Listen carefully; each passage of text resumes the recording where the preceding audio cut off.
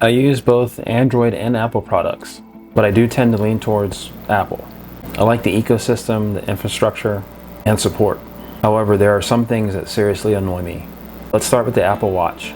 If I know how to use something well, I want to use it to its fullest capacity. The Apple Watch is no exception. I want to use it to its max, at least in my use case. I use the infograph watch face because it has the most complications out of all the watch faces. Long story short, they need to disable the watch hands. I do not care about that at all. I want digital time, and I want to be able to see it clearly whenever I look at the watch. In this watch face, you're quite limited and have to resort to all sorts of tricks to get the desired result. Third-party apps work some of the time, or end up failing altogether after an update. The only workaround I found was to use the world clock across the top, even though it is still partially covered by the hands at some point. I then placed shortcuts that don't have any active data on the inside. That way, it doesn't matter if it is covered by the hands. Then those that do have active data are placed on the outside. This is like the message icon, temperature, or workout data.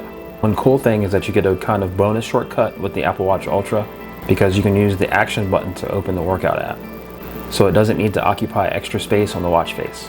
Another thing with the so-called always on is that it is a farce for the most part.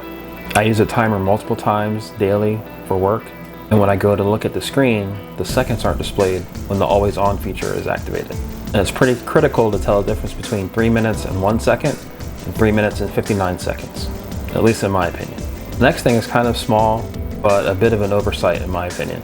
There is no native calculator on the iPad. I don't understand why. I want to be able to do everything on my iPad that I can do on my phone.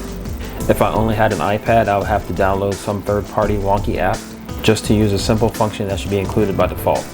The third thing, how about those photos and videos? Some people's media is in the thousands, if not tens of thousands of files, and there is a serious lack of ways to manage that media. Sorting newest to oldest would be a start, as well as being able to sort by date added. If I recall correctly, I've had an instance where I've imported media and I went to look for it in the album and it didn't show up recently. It was posted in a later time. Sorting by file size would be very useful as well to better be able to manage your storage. Having an option to disable the auto mute while still keeping autoplay would be nice too. And finally, audio switching. Audio switching between devices is cool and all, but what about the rest of it? I love being able to watch a movie on my iPad and not being able to pause or resume on my Apple Watch.